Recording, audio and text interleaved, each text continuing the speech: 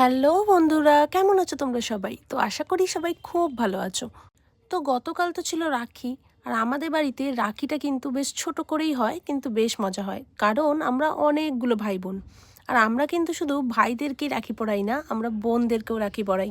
কারণ আমরা এটা মানি যে রাখি তাদেরকে পরানো যায় যাদেরকে আমরা সব সময় রক্ষা করতে চাই। যাই হোক, সকাল সকাল আমরা সবাই মিলে রাখি কিনে এনে, মিষ্টি কিনে এনে ভাইদেরকে দিয়ে রাখি পরানোটা শুরু করলাম।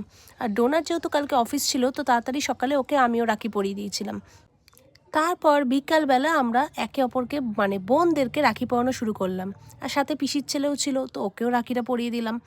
রাখি তো পরানো হলো, তারপর শুরু হলো সব থেকে কঠিন পার্ট, কে কোন চকলেটটা নেবে। আর এরা দুজন অনেকক্ষণ ধরে সেটাই ডিসাইড করছিল।